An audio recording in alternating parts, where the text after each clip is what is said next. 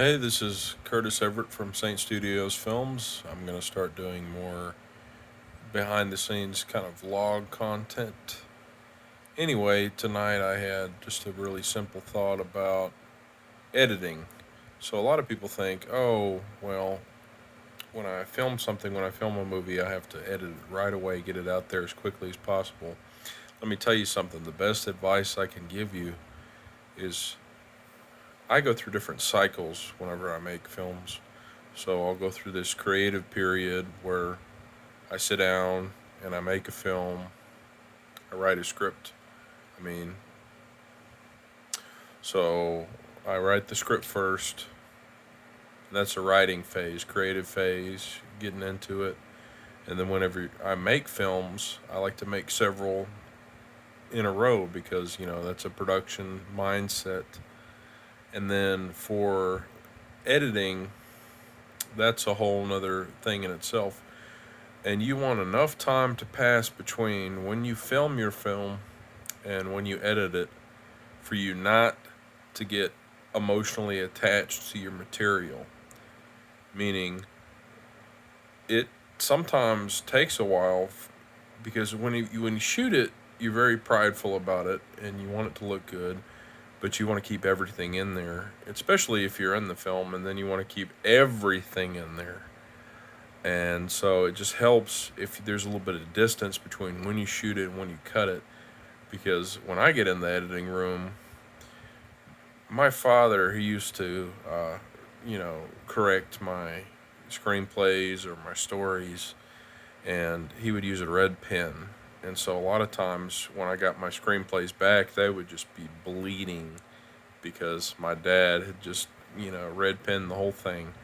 So, as an editor, that's really how I approach editing my films is, you just want to cut as much as possible and just only leave in what is absolutely necessary.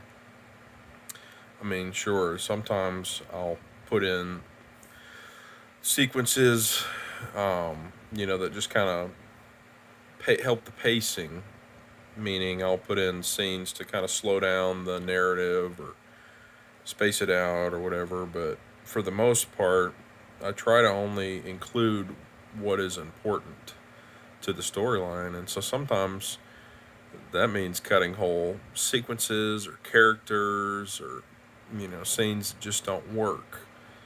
But, being an editor is just you have to be very exact, and you have to know what works, know what doesn't work, and it's important. It's just as important. What you take away is just as important as what you keep. So I just wanted to share that tidbit that, if you're out there and you're making films, you don't have to edit it the night you shoot it. You don't have to edit it the week you shoot it, the month you shoot it. Sometimes it takes a lot of time for you not to be empowered by the footage that you've shot. You just are too in love with what you've shot and you don't want to cut any of it. Sometimes it's, if you could find a reliable editor, it helps to have another person who is not attached to the footage to cut it for you. But a lot of times in this day and age, in this world, you are going to be your own editor. So, anyway, another thing to look forward to, I'm going to start doing more videos about the red. So I've decided I'm actually going to keep it for a little while longer, make some more movies with it. I'm trying to make it more modular and trying to make it easier for me to carry around. And so I've done some fun things already, with certain setups to make it easier to handle.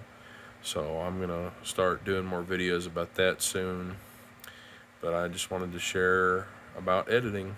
So y'all have a good night.